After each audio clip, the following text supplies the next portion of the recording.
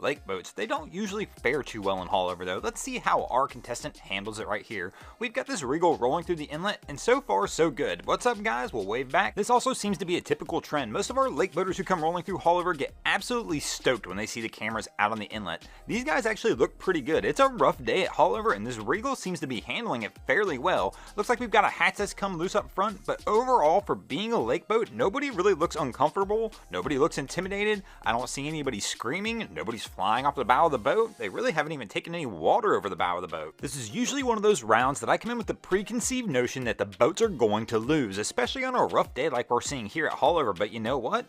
Even though they did take a little bit of a pounding, I can't really fault them that much, and I'm going to go ahead and give this round to the boats.